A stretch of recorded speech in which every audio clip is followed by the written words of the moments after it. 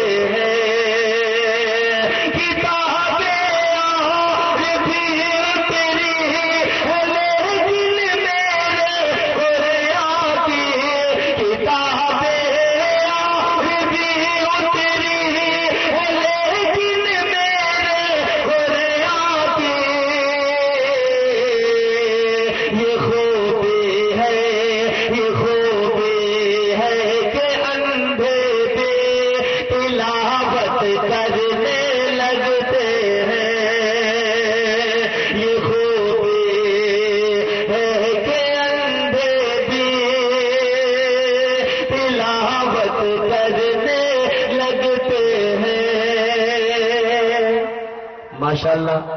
حوصلہ افزائی کا شکریہ. یہ اکاؤنٹ کھلا ہے ہمارا، اب دیکھتے ہیں کہ اس میں کتنا رقم جمع ہو پاتا ہے. شعر پڑھتا ہوں بطور خاص ملاحظہ کریں کہ شرافت کے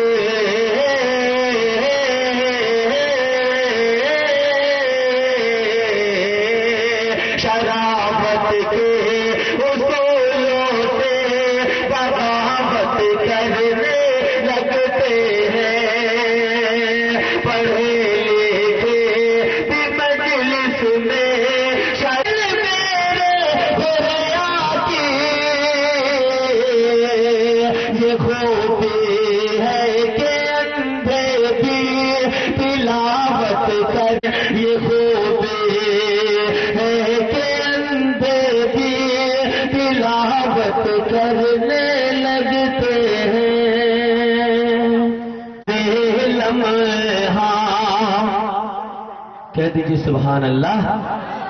کہ جن کے لب پہ ہر لمحہ ذکر مصطفیٰ، جن کے لب پہ ہر لمحہ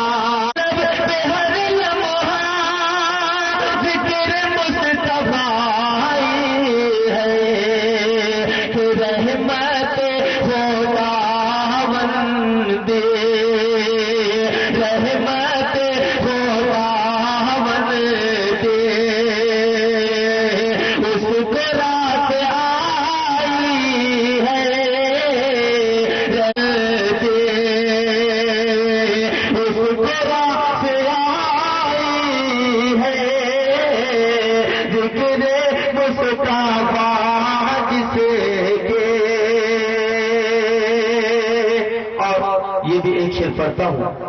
میراث کا دعویٰ کوئی نہیں جا سکتا. صرف پڑھتا ہوں بطور خاص ملاحظہ کریں کہ مصطفیٰ کے راستے پر رحمت خدائی ہے. مصطفیٰ کے راستے پر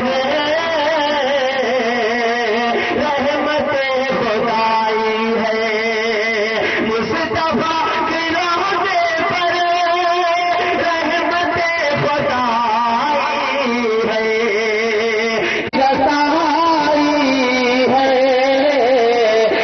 خدائی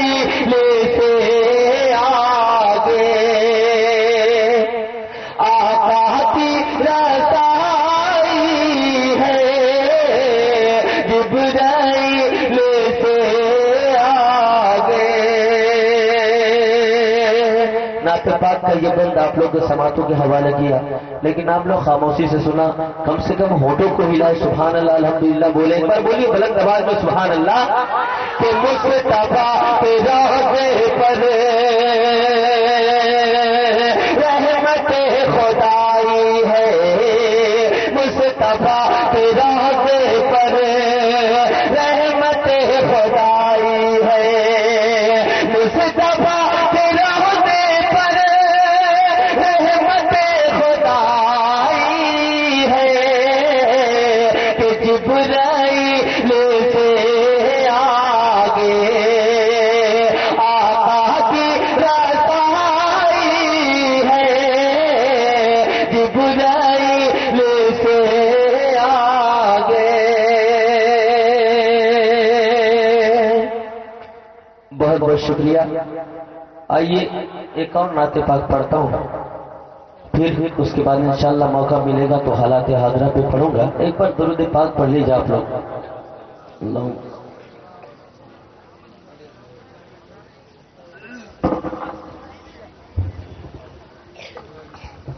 ایک مطلع اور ایک شعر نعت پاک کا پڑھتا ہوں، بطور خاص ملاحظہ کریں۔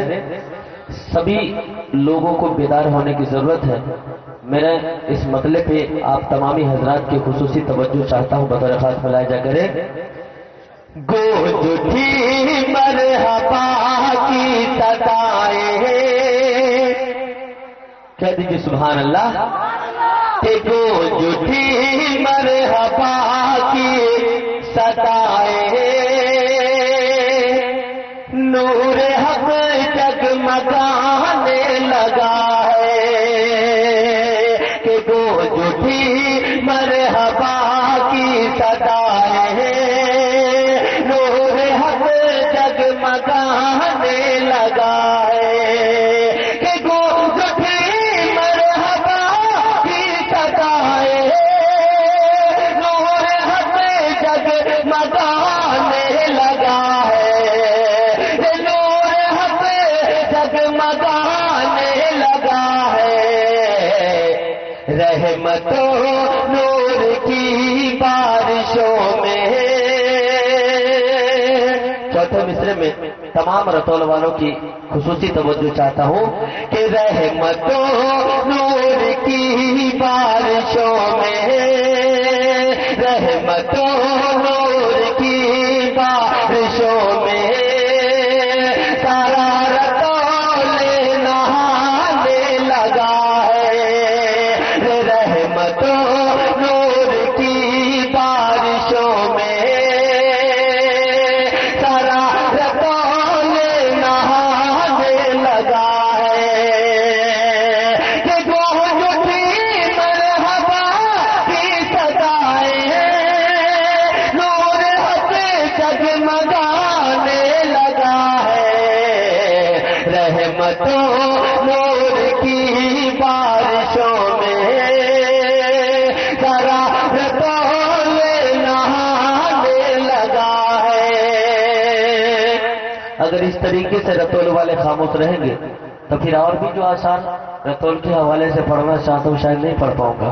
بیداری کا ثبوت دیجئے، پھر ماشاءاللہ آپ لوگ رتول والے پھر سے ایک بار یاد کریں گے۔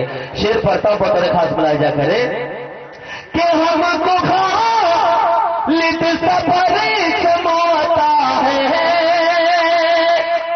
ہم کو خالد سفر سماتا ہے، عزم فاروق آدم ہوتا ہے، عزم فاروق آدم ہوتا ہے۔ آج کا جو یہ حالات ہے اس کو بھی ذہن میں رکھیں کہ ہم لوگوں کے ساتھ جو سلوک ہوتا ہے اس کو بھی ذہن میں رکھیں، اور یہ شعر بطور خاص ملاحظہ کریں کہ ہم کو خالد سفر سماتا ہے، عزم فاروق آدم ہوتا ہے، عزم فاروق آدم ہوتا ہے، ہو کرم وہ کرم یا الہی کہ ہو کرم وہ کرم یا الہی، کفر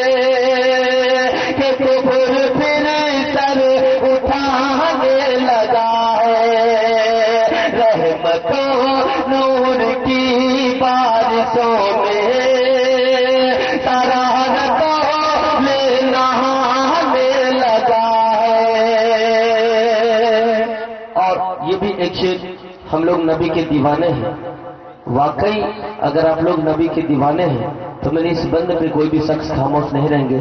شعر پڑھتا ہوں بطور خاص ملاحظہ کرے کہ میری دی وحدتی کہہ رہی ہے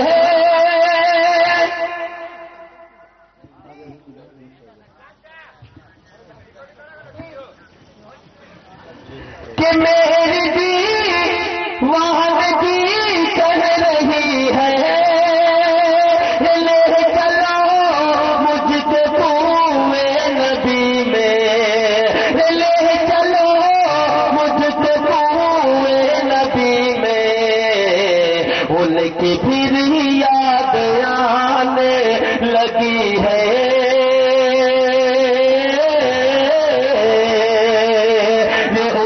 پھر یاد آنے لگی ہے، زخم دل مسکرانے لگا ہے، ان کی پھر یاد آنے لگی ہے، زخم دل مسکرانے لگا ہے کہ میری دیوانگی کہہ رہی ہے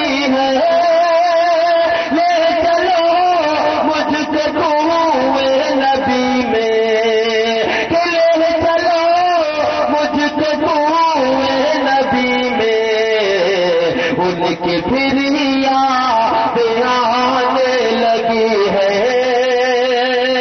کہ زخم دل مسکرانے لگا ہے، نور کی رحمتوں نور کی بارشوں میں طرح نہانے لگا ہے. حکم ہوا ہے بھوجپوری نعت پاک کا، لیکن وقت کم ہے اس لیے ایک مقرر بیان ہو جائے، اس کے بعد پھر انشاءاللہ پورے طریقے سے میں وہ نعت پاک سناؤں گا اور آپ لوگ بیداری کے ساتھ ماشاءاللہ سنیں گے بھی. بس کچھ وقت کا مہلت مجھے دیں پھر انشاءاللہ میں آؤں گا. بسم اللہ الرحمن الرحیم واللاتی تخافون نشوزهن فعظوهن واهجروهن في المضاجع واضربوهن فإن أطعنكم فلا تبغوا عليهن سبيلا. علماء کرام و مہمانان اعظام،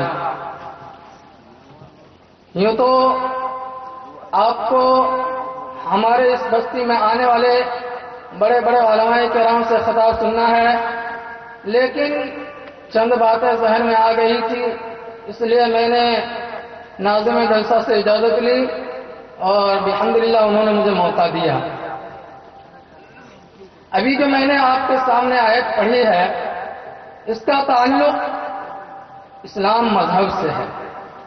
آج اسلام کو بدنام کرنے کی زبردست مہم چلائی جا رہی ہے، علماء کرام کو بدنام کرنے کے لیے زبردست حملے کیے جا رہے ہیں، مسلم پرسنل لا بورڈ کو بدنام کرنے کے لیے اور اس کے اندر ترمیم کرنے کے لیے انتھک کوشش کی جا رہی ہے. آج مسلمانوں کے مسائل کو اسلام دشمن اس انداز میں بیان کرتے ہیں کہ ایک مسلمان یہ سمجھنے لگتا ہے کہ واقعی اسلام غلط مذہب ہے. مثال کے طور پر وراثت ہے، طلاق ہے، حلالہ ہے، ان تمام مسائل کو لے کر لوگ اس طور پر پیش کرتے ہیں کہ انسان واقعی سوچتا ہاں اسلام غلط ہے. مثلا وراثت کا مسئلہ یہ ہے کہ لڑکے کو 2 حصہ دیا جائے اور لڑکی کو 1 حصہ دیا جائے. اب اس کو اس طور پر بیان کرتا ہے کہ دیکھو اسلام کے اندر کس طور پر ناانصافی ہے کہ ایک ہی ماں سے ایک ہی خون سے دونوں پیدا ہوئے ہیں، لیکن لڑکے کے لیے 2 حصہ متعین کیا گیا اور لڑکی کے لیے 1 حصہ متعین کیا گیا. اسی طرح طلاق کے بارے میں کہ انسان یعنی شادی کرنے کے بعد اپنی بیوی کو طلاق دے دیتا ہے. خیر اس کے بارے میں بعد میں گفتگو کروں گا. اور اسی طرح حلالہ کے بارے میں کہ حلالہ کر کے ایک عورت کے اوپر ظلم کیا جاتا ہے، ایک عورت کو پریشان کیا جاتا ہے. سب سے پہلی بات کہ وراثت کے بارے میں یہ کہتے ہیں کہ وراثت کے اندر مردوں کے لیے 2 حصہ ہے اور عورتوں کے لیے 1 حصہ ہے، یہ سراسر ظلم ہے، بے انصافی ہے۔ تو پہلے یہ سمجھیے کہ وراثت کے اندر مردوں کے لیے 2 حصہ کیوں کیا گیا اور عورتوں کے اندر 1 حصہ کیوں کیا گیا؟ تو اس کی حقیقت یہ ہے کہ شادی کے بعد مردوں کے اوپر جو حقوق لازم ہوتے ہیں، مردوں کے اوپر جو حقوق واجب ہوتے ہیں، یہ حقوق عورتوں کے اوپر واجب نہیں ہوتے۔ شادی ہوئی، شادی ہوتے ہی شوہر کے اوپر اس کا مہر دینا واجب ہو جاتا ہے۔ شادی ہوئی، شادی ہوتے ہی شوہر کے اوپر اس کا نفقہ دینا واجب ہو جاتا ہے۔ شادی ہوئی، شادی ہوتے ہی اس کے اوپر اس کا سکنا دینا، یعنی اس کے لیے اس کا ٹھکانہ بنانا واجب ہو جاتا ہے۔ اور یہ تمام باتیں عورتوں کے اندر نہیں ہیں۔ شریعت نے دونوں کا لحاظ کیا ہے کہ اگر 2 حصہ اگر شوہر کو مل رہا ہے تو آگے چل کر 2 سے زیادہ حصہ اس کا خرچ ہونے والا ہے، اس لیے شریعت نے پہلے ہی مرد کے لیے 2 حصہ اور عورت کے لیے 1 حصہ مقرر کیا۔ دوسرا مسئلہ طلاق کا ہے۔ آج میں سفر سے آ رہا تھا سیتامڑھی سے، تو راستے میں یکساں سول کوڈ جو ایک مہم ابھی چلائی جا رہی ہے مسلم پرسنل لا بورڈ کو بدنام کرنے کے لیے، تو ایک اسلام دشمن کہیے ہمارے غیر مسلم بھائی سے ملاقات ہو گئی۔ انہوں نے یعنی ان سے بات ہوتی رہی، یہ کہا کہ دھرم ایک الگ چیز ہے، قانون ایک الگ چیز ہے۔ میں نے کہا کہ اچھا آپ لوگ جو یہ کہہ رہے ہیں کہ یکساں سول کوڈ قائم کیا جائے، تو یکساں سول کوڈ کا قائم کرنا آج نہیں، بہت پہلے ہی اس کو محال قرار دے دیا گیا تھا۔ اس لیے کہ جب ہندوستان آزاد ہوا اور 26 جنوری کو یعنی جو قانون لاگو کیے گئے اور جو قانون نافذ کیے گئے، تو اس کے اندر دفعہ 24 سے لے کر دفعہ 31 تک تقریباً یہ مذہبی قانون تھے۔ تو اس میں ایک قانون پہلے یہ بیان کیا گیا کہ ہندوستان میں رہنے والے ہر باشی کو، ہندوستان میں رہنے والے ہر فرزند کو، ہندوستان میں رہنے والے ہر ایک انسان کو یہ ادھیکار ہے کہ وہ اپنے مذہب پر آزادی کے ساتھ وہ عمل کر سکتا ہے۔ لیکن پھر اس کے آگے ایک دوسرا قانون نافذ کیا گیا کہ ہندوستان کے اندر یکساں سول کوڈ قائم ہونا چاہیے۔ یکساں سول کوڈ کا مطلب یہ ہے کہ تمام لوگ ایک قانون کے اوپر چلیں۔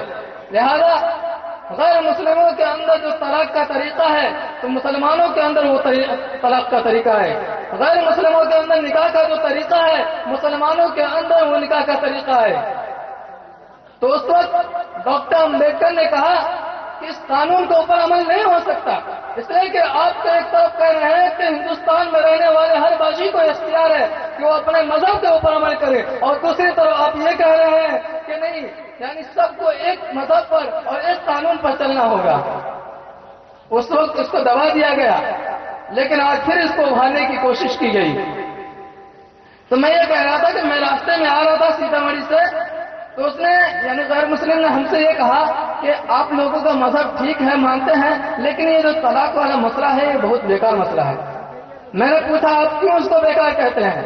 کہ دیکھو، اس نے مجھے مثال سے سمجھایا کہ اگر آپ کسی کو اپنا جگری دوست بنا لیتے ہیں، اگر آپ کسی سے اپنا گہرا تعلق قائم کر لیتے ہیں اور اس کے بعد اگر اس کو چھوڑ دیتے ہیں تو اس کے دل کو پر کیا گزرتا ہے؟ لائٹ نہیں ہے تو گویا کہ آپ کے مذہب کے اندر طلاق دینا ایسا ہی ہے کہ اس کو شادی کر لیا اور شادی کرنے کے بعد اس کو چھوڑ دیا۔ میں نے کہا کہ آپ نے جو اعتراض کیا ہے یہ آپ کی سمجھ کے مطابق بالکل صحیح ہے، لیکن حقیقت اس کی یہ ہے کہ اگر طلاق کا قانون نافذ نہ کیا جائے تو پھر انسان کے لیے اگلا مرحلہ جو ہوتا ہے وہ بیکار ہو جاتا ہے۔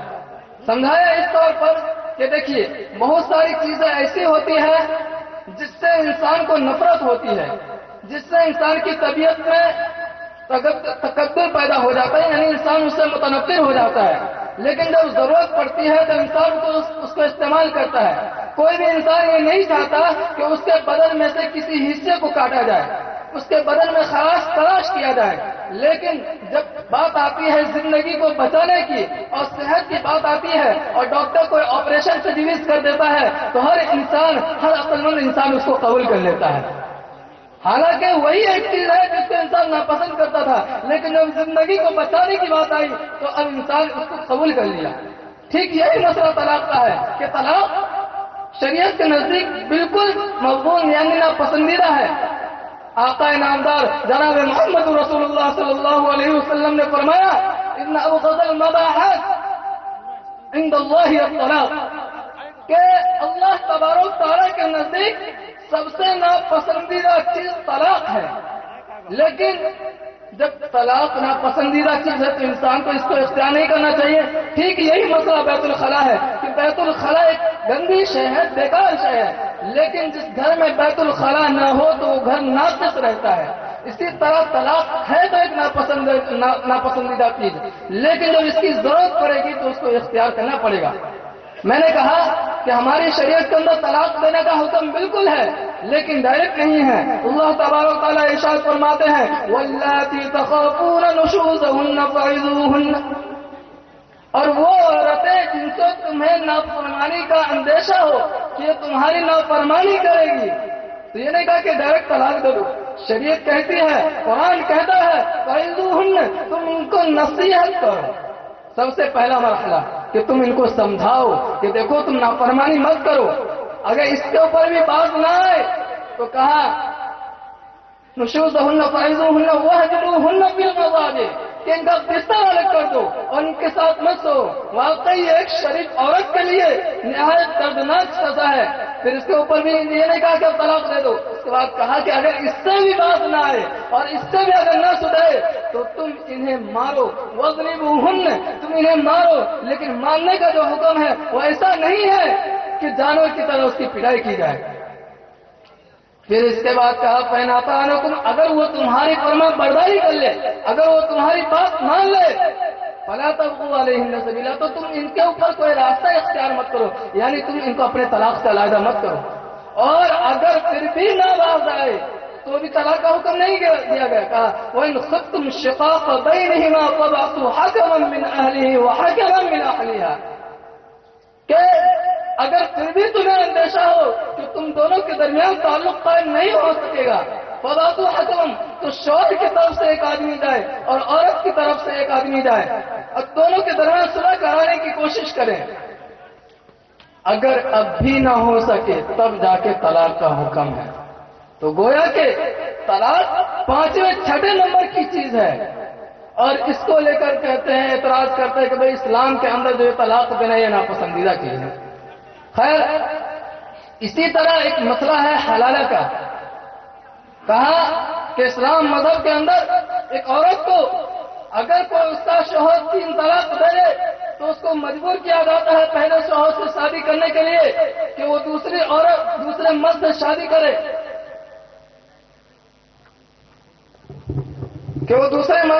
کرے، گویا کہ ان لوگوں کا کہنا یہ ہے کہ اسلام کے اندر یہ ظلم ہے ایک عورت کے اوپر دوسرے شوہر سے شادی کرنا. وقت کی قلت دامنگیر ہے لیکن تھوڑی سی بات رہ گئی تو اس کو بول دیتا ہوں. تو ان لوگوں کا یہ کہنا ہے کہ اسلام کے اندر حلالہ کا جو طریقہ ہے یہ بے انتہا غلط ہے. تو اس کی حقیقت یہ ہے کہ حلالہ کوئی نکاح نہیں ہے. یہ تو اتفاقی عمل ہے کہ اگر کسی شوہر نے اپنی بیوی کو 3 طلاق دے دی، 3 طلاق دینے کے بعد اب اگر وہ دوسرے سے شادی کرے پھر دوسرا شوہر اس کو طلاق دے دے تو یہ پہلے کے لیے جائز اور حلال ہو جائے گی. لیکن شریعت نے یہ نہیں کہا کہ تم ایسا کرو، اگر ایسا کر لو تو جائز اور حلال ہو جائے گی. تو گویا کہ اور یہ بھی صورت جو ہے یعنی حلالہ والی صورت جو ہے یہ 6 یعنی کل جدائیگی کی جو صورتیں ہیں وہ 9 صورتیں ہیں، جن میں سے 8 صورتوں میں یعنی جدائیگی کی صورت نہیں ہوتی ہے، صرف ایک صورت میں ہوتی ہے. وہ یہ کہ آدمی اپنی بیوی کو 3 طلاق دے دے اور 3 طلاق دینے کے بعد وہ 3 طلاق کا ارادہ بھی کر لے تو پھر ایسی صورت میں 3 طلاق نافذ ہوگی اور اس کے بعد یعنی اس کو پہلے شوہر کے پاس رجعت کرنے کے لیے، پہلے شوہر کے پاس لوٹنے کے لیے اس کو حلالہ کی ضرورت ہوگی. خیر، وقت کی قلت دامنگیر ہے، ان چند باتوں پر میں اپنی تقریر کو ختم کرتا ہوں. آخر دعوانا الحمدللہ رب العالمین. دل سے جو بات نکلتی ہے اثر رکھتی ہے، دل سے جو بات نکلتی ہے اثر رکھتی ہے، پر نہیں طاقت پرواز مگر رکھتی ہے. یہ تھے عزیزم بابو عتیق الرحمان صاحب جو یکساں سول کوڈ کے تحت مختصر طور پہ انہوں نے گفتگو کی.